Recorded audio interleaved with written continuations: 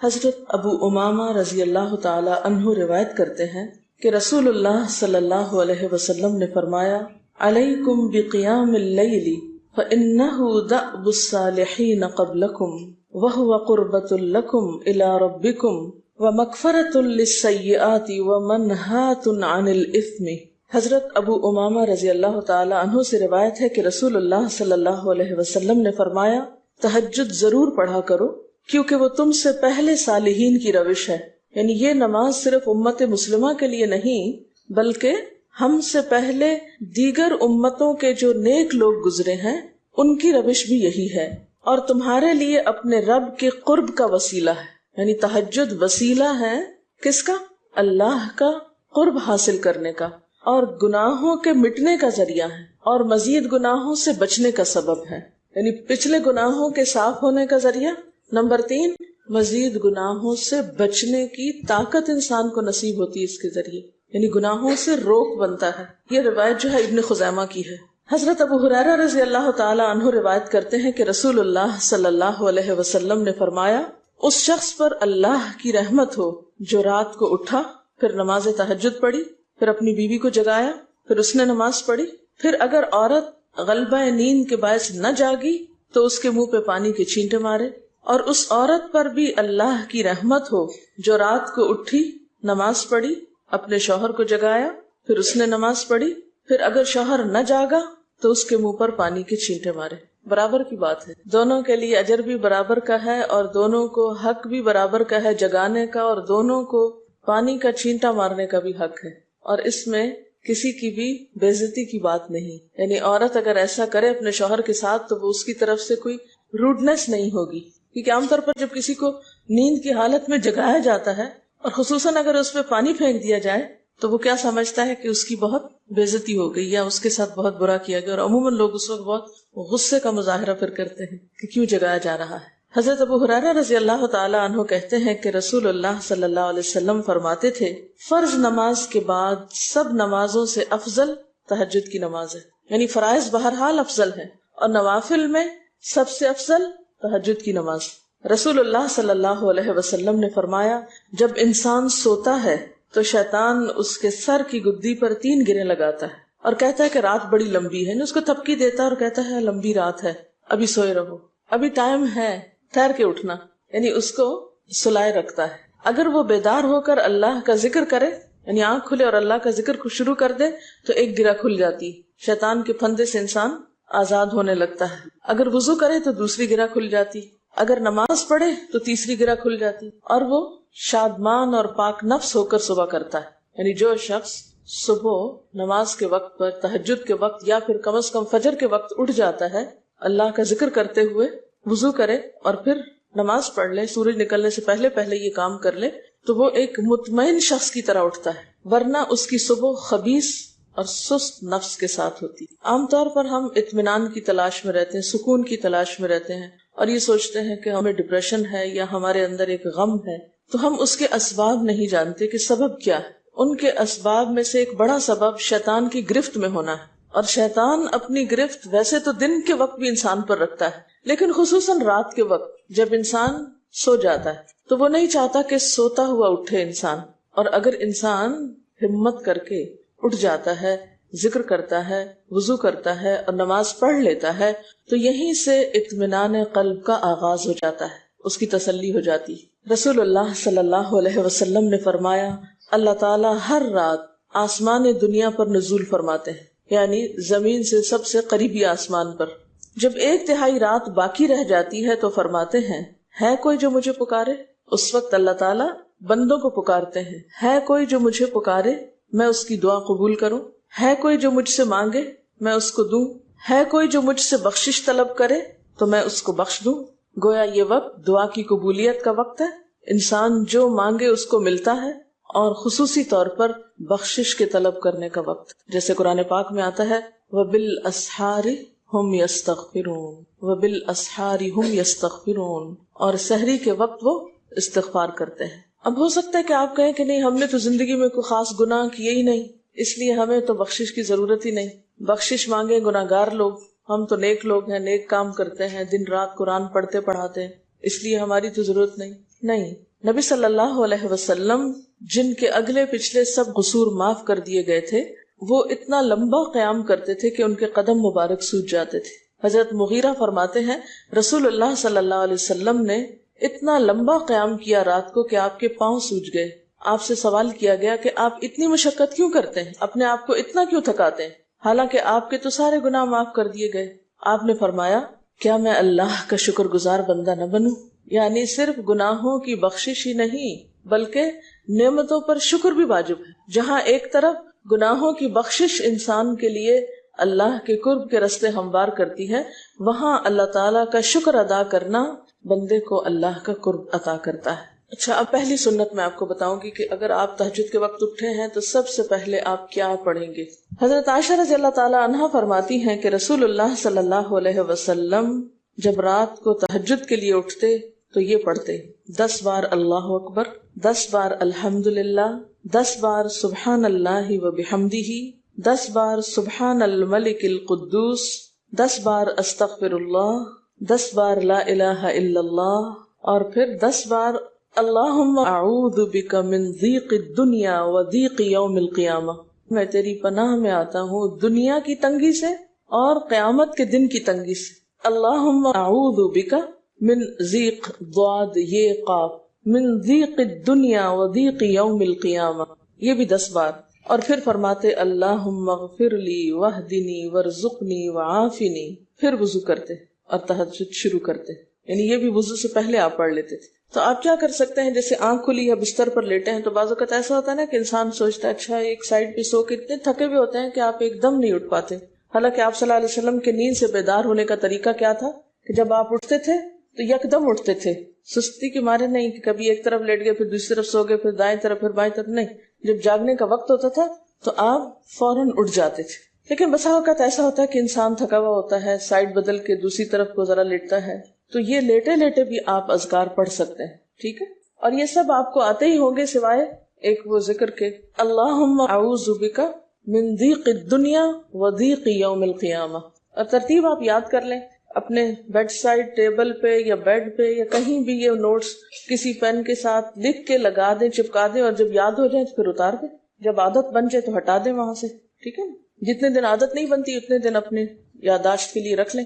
اسی طرح نیند سے اٹھ کر لا الہ الا اللہ وحدہ لا شریک لہ لہ الملک ولہ الحمد وہو علی کل شیء قدیر الحمد للہ وسبحان اللہ واللہ اکبر ولا حول ولا قوۃ الا باللہ، یہ بھی پڑھ سکتے ہیں۔ اچھا، ضروری نہیں کہ سب کچھ ایک ہی دن میں پڑھ لیں، یہ بھی آپ کر سکتے ہیں کہ ایک دن میں ایک چیز پڑھ لیں، دوسرے دن دوسری پڑھ لیں، تیسرے دن تیسری پڑھ لیں، ٹھیک ہے نا؟ اور اگر ساری ایک دن بھی پڑھنا چاہیں، دیکھیں وقت وقت کی بات ہے نا، ہو سکتا ہے اس وقت عمر کے اس حصے میں آپ پہ بہت ذمہ داریاں ہوں، آپ یہ سب کچھ نہ پڑھ سکتے ہوں، لیکن زندگی کا ایک ایسا وقت بھی آتا ہے جب انسان بوڑھا ہو جاتا ہے، جب اس کے اوپر باقی ذمہ داریاں کم ہو جاتی ہیں، پھر نیند بھی کم ہو جاتی ہے، پھر زیادہ عبادت کا موقع ملتا ہے، تو ایسے میں جب انسان کے پاس عبادت کے لیے وقت اور موقع زیادہ ہو تو پھر یہ ساری چیزیں بھی پڑھ لیں، ٹھیک ہے نا؟ پھر اسی طرح یعنی یہ جو روایت ہے کہ جس میں آپ صلی اللہ علیہ وسلم نے فرمایا جو شخص نیند سے جاگے، اور یہ تہجد کے وقت ہی نہیں، اگر فجر کے لیے بھی آپ اٹھ رہے ہیں تو یہ دعا پڑھ سکتے ہیں، لا الہ الا اللہ وحدہ لا شریک لہ، اور پھر الحمدللہ وسبحان اللہ واللہ اکبر ولا حول ولا قوۃ الا باللہ، پھر کہے اللہم اغفر لی، پھر کیا پڑھے اللہم اغفر لی، یا کوئی اور دعا کرے تو قبول ہوگی، اور اگر وضو کر کے نماز پڑھے تو وہ بھی قبول کی جائے گی۔ صبح اٹھتے ہی اللہ کی تعریف، اور آپ کو معلوم ہے کہ یہ جو چوتھا کلمہ ہے نا لا الہ الا اللہ وحدہ، اس کو دعا بھی کہا گیا، حالانکہ اس میں صرف اللہ تعالیٰ کی حمد و ثنا ہے، اور یہ یوم عرفہ کی دعا ہے۔ حدیث میں آتا ہے کہ مجھے اور مجھ سے پہلے انبیاء کو اس دن کی جو بہترین دعا سکھائی گئی، یعنی یوم عرفہ کی دعا، وہ لا الہ الا اللہ وحدہ لا شریک لہ، حالانکہ اس میں مانگنے کی تو کوئی چیز ہی نہیں، صرف اللہ کی حمد و ثنا ہے۔ جیسے حضرت ایوب علیہ السلام نے کہا تھا انی مسنی الضر وانت ارحم الراحمین، مانگا کچھ نہیں، انت ارحم الراحمین، انت ارحم الراحمین۔ اللہ تعالیٰ کی تعریف کر کے اللہ تعالیٰ کے نام کے ساتھ اس کو اگر انسان پکار لیتا ہے تو یہ بھی اس کے لیے بہت کافی۔ ایک اور روایت میں آتا ہے رسول اللہ صلی اللہ علیہ وسلم جب تہجد کے لیے اٹھتے، یعنی آپ ایک مرتبہ اٹھے، یعنی جو صحابی روایت کرتے ہیں، تو آپ نے بیٹھنے کے بعد آسمان کی طرف نظر کر کے سورۃ آل عمران کی آخری 11 آیات 190 سے لے کر 200 تک 11 آیتیں یہ پڑھی، ان فی خلق السماوات سے لے کر بالکل آخر تک، یعنی ضروری نہیں کہ کھڑے ہو کر آپ آسمان کی طرف دیکھیں، آپ اٹھے ہیں، چارپائی پہ بیٹھے ہوئے ہیں، ابھی وضو کے لیے نہیں گئے، بیٹھ کے آسمان کی طرف دیکھ کے پڑھ کے پھر اٹھ سکتے ہیں۔ اب اس میں آپ دیکھیں نا کہ انسانی نفس کی بھی ایک رعایت ہو جاتی ہے، لیٹے لیٹے آپ نے ایک ذکر پڑھ لیا، بیٹھ کے آپ نے دوسرا پڑھ لیا، پھر آپ وضو کو چلے گئے، تو اس میں وہ جو ایک طبیعت کی کسل مندی ہوتی ہے وہ بھی ساتھ ساتھ اللہ کے ذکر سے دور ہوتی جاتی ہے، اور ایک سٹیپ کے بعد دوسرا سٹیپ لینا بھی آسان ہو جاتا ہے۔ اچھا، اس میں آپ دیکھیں حکمت کیا ہے کہ آپ صلی اللہ علیہ وسلم نے کیا فرمایا کہ آسمان کی طرف دیکھ کے پڑھا جائے تاکہ اچھی طرح آنکھیں کھل جائیں۔ تو زبانی یاد کرنے کا مطلب یہ نہیں کہ آپ آنکھیں بند کر کے سوئے سوئے پڑھیں، کیونکہ بعض اوقات ایسا ہوتا ہے نا، آنکھ کھلتی ہے، ذکر شروع کرتے ہیں اور پھر پتہ ہی نہیں چلتا اور ذکر آدھے میں رہ جاتا ہے اور سو چکے ہوتے ہیں۔ اور پھر اگر آپ کو زبانی یاد نہیں ہوگی نا، دیکھ کے پڑھیں گے تو وہ الماری کی طرف ہی دیکھتے رہیں گے، آسمان کی طرف نہیں دیکھ سکیں گے، تو پھر سنت پوری نہیں ہو سکے گی۔ اور اسی طرح حضرت ابن عباس روایت کرتے ہیں کہ جب رسول اللہ صلی اللہ علیہ وسلم رات کو تہجد کے لیے کھڑے ہوتے تو اللہ پر تکبیر تحریمہ کے بعد یہ دعا پڑھتے: اللہم لک الحمد انت قیم السماوات والارض ومن فیہن ولک الحمد لک ملک السماوات والارض ومن فیہن ولک الحمد انت نور السماوات والارض ولک الحمد انت ملک السماوات والارض ولک الحمد انت الحق ووعدک الحق ولقاؤک حق وقولک حق والجنة حق والنار حق والنبیون حق ومحمد صلی اللہ علیہ وسلم حق والساعة حق اللہم لک اسلمت وبک آمنت وعلیک توکلت وإلیک انبت وبک خاصمت وإلیک حاکمت فاغفر لی ما قدمت وما اخرت وما اسررت وما اعلنت انت المقدم وانت المؤخر لا الہ الا انت۔ الہی تیرے ہی لیے ہے ساری تعریف، زمین و آسمان اور جو کچھ ان میں ہے سب کو تو ہی قائم رکھنے والا ہے، تیرے ہی لیے ہے ساری تعریف، زمین و آسمان اور جو کچھ ان میں ہے اس سب کی بادشاہی تیرے ہی لیے ہے، تیرے ہی لیے ہے ساری تعریف، تو ہی روشن کرنے والا ہے زمین و آسمان کو، تیرے ہی لیے ہے ساری تعریف، تو ہی بادشاہ ہے زمین و آسمان کا، تیرے ہی لیے ہے ساری تعریف، تو حق ہے، تیرا وعدہ حق ہے، تیری ملاقات حق ہے، تیرا کلام حق ہے، جنت حق ہے، جہنم حق ہے، تمام انبیاء حق ہیں اور محمد صلی اللہ علیہ وسلم حق ہیں، قیامت حق ہے۔ الہی میں تیرے سامنے جھک گیا، میں صرف تیرے ساتھ ایمان لایا، میں نے صرف تجھی پر بھروسہ کیا، میں نے صرف تیری طرف رجوع کیا، صرف تیری ہی مدد سے دشمنوں سے جھگڑتا ہوں، میں نے صرف تجھے ہی اپنا حاکم مانا، سو تو میرے اگلے پچھلے اور ظاہر و پوشیدہ اور جنہیں تو مجھ سے زیادہ جانتا ہے سارے کے سارے گناہ معاف کر دے، تو ہی آگے کرنے والا ہے، تو ہی پیچھے ڈالنے والا ہے، تیرے سوا کوئی سچا معبود نہیں ہے۔ یہ جو دعا استفتاح ہے تہجد کے وقت کی، یہ باہر نہیں نماز کے اندر پڑھنے کی دعا ہے۔ ہم دعا مانگتے ہیں اللہم اجعلنی لک ذکارا لک شکارا، ان دعاؤں کے پڑھے بغیر ذکار کیسے بن سکتے ہیں؟ ذکار کا صیغہ تو فعال کے اوپر ہے نا، بہت زیادہ ذکر کرنے والا۔ والذاکرین اللہ کثیرا والذاکرات، تو ذاکرات کیسے بن سکتے ہیں جب تک کہ یہ دعائیں زبانی نہ آتی ہوں اور اپنے وقت پر نہ پڑھی جاتی ہیں۔ ویسے بھی ذکر بہت اچھی چیز ہے، لیکن جو مسنون ذکر ہے اور جو نبی صلی اللہ علیہ وسلم کے طریقے کے مطابق ہے، جو اطمینان قلب اور خوشی اس وقت اس کام کو اس طریقے پہ کر کے نصیب ہوتی ہے، وہ اس کے علاوہ نہیں ہوتی۔ اگرچہ اس سے خوشی ہوتی ہے لیکن اس طرح کی نہیں نصیب ہوتی، اس طرح کا اطمینان نہیں ہوتا۔ آپ تجربہ کر کے دیکھ لیں، سنت کے مطابق زندگی گزارنا اور اپنی مرضی کے مطابق زندگی گزارنا، یہ دو مختلف لائف سٹائلز ہیں، دو مختلف طریقہ ہائے زندگی ہیں، دونوں کا امپیکٹ فرق ہوتا ہے، اثرات فرق ہوتے ہیں۔ اور یہ نہیں کہ یہ کوئی بہت مشکل عمل ہے، بہت مشکل کوئی نہیں ہے، ہم کر سکتے ہیں، لیکن بات یہ ہے کہ ہم کرنے کی کوشش کریں، ارادہ تو کریں۔ پہلے تو آپ اپنے آپ سے یہ پوچھیں ارادہ بھی کیا کہ نہیں، کیونکہ اگر ارادہ ہو گیا نا تو کام بھی ہو جائے گا۔ مشکل یہ ہے کہ ہم جب کوئی ایسا کام سنتے تو پھر سوچتے نہیں ہمارا تو حالات اتنے کٹھن ہیں کہ یہ عمل ہمارے لیے نہیں، ویسے بھی نفل ہے، کوئی بات نہیں، نہ بھی ہو سکا تو کیا ہے، یہی کہہ کے ہم چھوڑ دیتے ہیں چیزوں کو کہ نہیں۔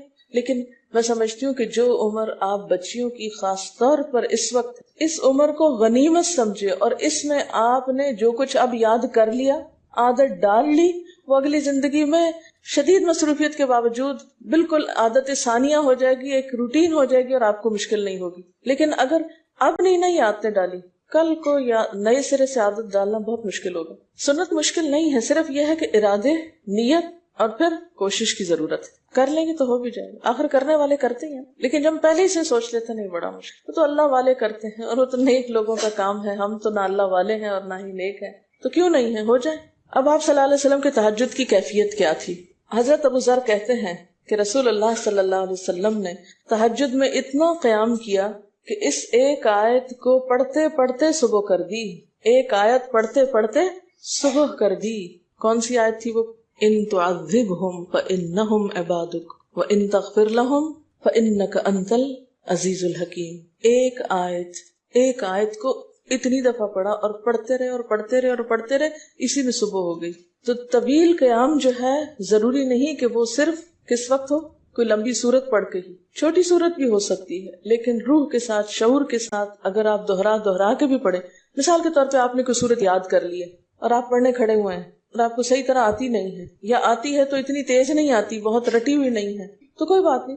ایک ایک آیت کو 2 دفعہ 3 دفعہ بھی آپ اس کو پڑھ سکتے ہیں اور اس طرح بھی پڑھ کے لمبا کر سکتے ہیں. یعنی طویل قیام صرف زیادہ قرات سے ہی نہیں، مختلف طریقوں سے ہو سکتا ہے. یہ آیت ہے سورۃ المائدہ کی 118 نمبر آیت ہے. اگر تو انہیں عذاب دے تو وہ تیرے بندے ہیں، اور اگر تو انہیں معاف کر دے تو یقیناً تو غالب اور حکمت والا ہے. حضرت حذیفہ رضی اللہ تعالی عنہ نے نبی صلی اللہ علیہ وسلم کو تہجد پڑھتے دیکھا.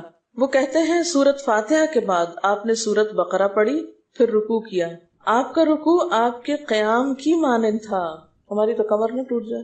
کر کے تو ذرا دیکھیں. میں نے زندگی میں پہلی دفعہ رمضان میں طویل رکوع اور سجدے کا موقع ملا. اس سے پہلے تو اس طرح کا سچ پوچھے کانسیپٹ بھی کوئی نہیں تھا، کیونکہ بہت سی چیزیں جب ہم پڑھتے ہیں تو ہم کہتے ہیں ہاں یہ نبی صلی اللہ علیہ وسلم کے لیے ہے، یہ تو آپ کی شان ہے اور آپ کا مقام ہے. ہم تو عام کمزور بندے ہیں. اصل میں ہم کمزور کیوں ہیں؟ اس لیے کہ ہم نے اپنی انرجیز بیکار باتوں میں بہت لگا رکھی ہیں. بیکار غم پالے ہوئے ہیں، بیکار مشغلے ہیں، بیکار گفتگویں ہیں. انرجی تو لگتی ہے نا. آپ فضول کی باتیں سوچیں تو کیا انرجی نہیں لگے گی؟ آپ لایانی چیزوں پہ کڑنا شروع کر دیں، کیا انرجی نہیں لگے گی؟ لگے گی. تو پھر آپ کے پاس کوئی تعمیری مثبت کام کرنے کے لیے نہ وقت ہے نہ انرجی ہے. پھر اس وقت تک آپ خالی ہو چکے ہوتے ہیں. رات کو دیر تک آپ اگر فضول گپ شپ کرتے رہے تو صبح اٹھے گا کون، اور پھر صبح پڑھے گا کون، اور اگر پڑھے بھی تو کیا پڑھے اس میں. کبھی آپ نے سوچا کہ احادیث کی یہ جو کتابیں ہیں یہ ساری کی ساری صرف آپ کی گفتگو نہیں، آپ کے عمل کا بھی احاطہ کیے ہوئے ہیں، اور ٹوٹل آپ کی گفتگو یہی ہے. اور اگر ہم اپنی گفتگو کو دیکھیں اور ہماری باتوں کی کوئی کتاب تیار ہو، نبی صلی اللہ علیہ وسلم کی عظمت کو پہچانے، ہم اپنی گفتگو کا جائزہ لیں. اگر ہماری گفتگو بھی ریکارڈ ہو کر لوگوں کے پاس جانے لگے، لوگوں تک پہنچنے لگے، ہم عملی نمونہ کیوں نہیں لوگوں کے لیے؟ ہمیں دیکھ کر لوگوں کے عمل کیوں نہیں بدلتے؟ ہماری بات لوگوں پر اثر کیوں نہیں کرتی؟ کبھی سوچا ہم نے؟ صرف اپنی گفتگو کے آئینے میں ہی اپنے آپ کو پہچان لیں کہ ہم کہاں ہیں، کون ہیں، کہاں کھڑے ہیں، لوگوں کے بیچ میں کیا باتیں کرتے ہیں، لوگوں کے پیٹھ پیچھے کیا باتیں کرتے ہیں، کہاں کس حال میں کیا کر رہے ہوتے ہیں. ہر شخص اپنے آپ کو خود پہچان سکتا ہے. کیا واقعی ہم اس لائق ہیں کہ کوئی ہم سے کچھ سیکھے؟ صرف اپنی گفتگو کے آئینے میں خود کو پہچانے. بعض اوقات کتنا بیکار بولتے ہیں، کتنا بے مقصد بولتے ہیں، کتنا ضرورت سے زائد بولتے ہیں. اس کا یہ مطلب نہیں کہ مصنوعی خاموشی اپنے اوپر مسلط کر لیں، کیونکہ پھر ہم دوسری ایکسٹریم پہ نکل جاتے ہیں. لیکن بامقصد گفتگو کتنی ہے ہماری باتوں میں جو واقعی فائدہ مند ہو، تو پھر ذرا روک بھی لیا کریں نا اپنے آپ کو. اپنے ساتھ خود ہی محنت کریں گے تو بات بنے گی. سوچیں تو، احساس تو کریں. جب کریں گے تو انشاءاللہ کامیابی بھی ہوگی. لیکن پہلی بات تو یہ نا کہ ہم جو کچھ کرتے ہیں نہ اس کا حساب کرتے ہیں، نہ اس کے بارے میں سوچتے ہیں کہ ہم کر کیا رہے ہیں. ہمیں نیکی نہ کرنے کا موقع یا ہمارے نیکی نہ کرنے کا ایک سبب اور ایک بڑی وجہ ہماری انرجیز کا بیکار چیزوں میں استعمال ہونا ہے، فضول کی سیاست میں ملوث ہونا ہے. اپنی ذمہ داریوں کا ہمیں ہوش نہیں ہوتا، دوسروں کے کاموں میں مداخلت خوب سوچتی ہے. خود کیا کر رہے ہیں اس کا کچھ پتہ نہیں، دوسرے کیا کر رہے ہیں اس سے بہت دلچسپی، یا کیا نہیں کر رہے. بہت سے لوگ، بہت سی خواتین کمر درد کی شکایت کرتے ہیں، اور اس کی ایک بڑی وجہ نمبر 1 رکوع کا صحیح پوزیشن پہ نہ ہونا ہے، اور نمبر 2 اس پوزیشن پہ کوئی ایکسرسائز نہیں ہماری ہوتی. یہ بتا رہی ہے کہ کسی کی کمر میں درد تھا اور ٹھیک نہیں ہوتا تھا کسی چیز سے، تو ڈاکٹر نے ان کو یہ مشورہ کیا کہ طویل رکوع اور طویل سجدے کریں. بیسٹ ایکسرسائز ہے، کر کے تو دیکھیں. اور اس میں آپ دیکھیے کہ صحیح پوزیشن پہ لائیں، بالکل اسٹریٹ رکھیں گردن اور کمر کو. پیٹھ اور گردن ایک لائن میں آنی چاہیے. بہت سے لوگ یوں ٹیڑھی کرتے ہیں، یوں کر کے بس کرتے ہیں. یہ غلط پوزیشن ہے، اس سے تو اور بیمار ہو سکتے ہیں. کئی لوگ سر پھینک دیتے ہیں نیچے کو، یہ بھی غلط پوزیشن ہے، اس سے بھی کام خراب ہوتا ہے. اگر آپ صحیح پوزیشن پہ رکوع لمبا کریں تو یقینی طور پہ کمر درد کا علاج ہے. پٹھے مضبوط ہوتے ہیں نا کمر کے، آپ اس کو روک کے رکھے ہوتے ہیں ایک سیدھی لائن میں. 2 فیٹ کے درمیان کا فاصلہ بھی بہت معتدل رکھے، نہ تو بہت قریب رکھے اور نہ بہت کھلا رکھے، بالکل معتدل، جس میں آپ آرام سے سکون سے کھڑے ہو سکیں اور آپ کا بیلنس قائم رہے. بیلنس کو قائم کرنا بے حد ضروری. ٹھیک ہے. حضرت حذیفہ نے نبی صلی اللہ علیہ وسلم کو تہجد پڑھتے دیکھا. وہ کہتے ہیں کہ سورۃ فاتحہ کے بعد آپ نے سورۃ بقرہ پڑھی، پھر رکوع کیا. آپ کا رکوع آپ کے قیام کی مانند تھا، یعنی جتنا لمبا قیام تھا اسی طرح رکوع تھا. پھر آپ نے رکوع سے سر اٹھایا اور کھڑے ہو گئے، اور آپ کا قوما یعنی رکوع کے بعد اٹھنے کا وقت بھی کافی طویل تھا. ہم تو بعض اوقات اٹھ کے کھڑے نہیں ہوتے کہ نیچے چلے جاتے ہیں، تو وہ بھی طویل تھا. صرف 2 رکعتیں بھی آپ ایسی پڑھ لیں نا کافی. اگر عام دنوں میں نہ پڑھی جائے تو ویکینڈ پہ پڑھ لیں. ہمارا تو ویکینڈ پہ لمبا سونے کا پروگرام ہوتا ہے نا، تو چلے دوبارہ سو جائیں، لیکن ہفتے میں 1 دفعہ کر لیں. اگر روز نہیں بھی کر سکتے 2 دفعہ کر لیں، ٹوائس اے ویک کر لیں. پھر آپ کا سجدہ آپ کے قومے کی مانند تھا، یعنی جتنا آپ کھڑے ہوئے تھے اتنا آپ پھر سجدہ کیا. آپ دونوں سجدوں کے درمیان اپنے سجدے کی مانند بیٹھے تھے، یعنی 2 سجدوں کے بیچ میں بھی آپ اتنی دیر بیٹھے جتنی دیر آپ نے سجدہ کیا تھا. پس آپ نے 4 رکعتوں میں سورۃ بقرہ، آل عمران، نساء اور المائدہ پڑھی. ہمیں اگر خود نہیں بھی آتی اور کوئی پڑھانے والا اتنی لمبی 1 دفعہ بھی تراویح کوئی پڑھا دے یا کوئی نفل پڑھا دے تو ہم دوسری دفعہ اس کے پاس نہ پڑھیں. تقریباً 7.25 پارے بنتے ہیں، جس کو 1 منزل کہا جاتا ہے. ایک دن کے تہجد میں آپ نے اتنا پڑھا. اور یہ تو قرآن کی قرات تھی، لیکن بیچ کے وقفوں میں تسبیحات اور اللہ کی تعریف اور حمد و ثنا اور ذکر، یہ آپ پر بس تھا. یہ وہی کر سکتا ہے جس کو واقعی اللہ سے حقیقی محبت ہو، صرف دعوے کی حد تک نہیں. میں کہتی ہوں چلے روزانہ نہ صحیح، ہفتے میں 1 بار، ہفتے میں نہیں، مہینے میں 1 بار، مہینے میں نہیں تو سال میں، رمضان میں، کسی موقع پر کچھ تو اللہ سے تعلق آئے، کچھ تو قرب پائیں. ہر شخص کے بس میں نہیں کہ ہر روز ایسی عبادت کرے، کیونکہ اللہ کے رسول صلی اللہ علیہ وسلم کا بہرحال مقام کچھ اور تھا. لیکن کچھ شوق، کچھ حسرت، کچھ تو دل میں ہونا ہی چاہیے، کوئی نیت، کوئی ارادہ، کوئی عزم، اور پھر اس کے لیے کوشش. تو وقت بچے گا کچھ آپ کے پاس فالتو باتوں کے لیے، فضول چیزوں کے لیے، کچھ سوچنے کے لیے، ٹینشن کے لیے بچے گا کچھ؟ سب کچھ بھاگ جائے گا، کچھ بھی نہیں بچے گا. کیونکہ ان عبادی لیس لک علیہم سلطان، میرے بندے ان پہ اے شیطان تیرا کوئی زور نہیں چلتا. بس چلتا ہی نہیں ان پہ، تیرا سارا زور ہی ان پہ چلتا ہے جو فالتو ہوتے ہیں. فالتو ذہن جو ہوتا ہے وہ شیطان کا گھر ہوتا ہے. حضرت حذیفہ بیان کرتے ہیں کہ میں ایک رات آپ صلی اللہ علیہ وسلم کے ساتھ نفلی نماز میں شریک ہو گیا. آپ نے سورۃ بقرہ شروع کر دی. میں نے سوچا کہ آپ 100 آیات پڑھ کر رکوع میں چلے جائیں گے، مگر آپ پڑھتے گئے. میں نے خیال کیا کہ سورۃ بقرہ کو 2 رکعتوں میں پڑھیں گے، لیکن آپ پڑھتے رہے. آپ نے سورۃ بقرہ ختم کر کے سورۃ نساء شروع کر دی، پھر ختم کر کے آل عمران پڑھنی شروع کر دی، اس کو بھی ختم کر دیا. آپ نہایت آہستگی سے پڑھتے جاتے تھے. جب ایسی آیت تلاوت کرتے جس میں سبحان اللہ کہنے کا حکم ہوتا ہے، جیسے سبح بحمد رب جیسے مثال کے طور پر، تو سبحان اللہ کہتے.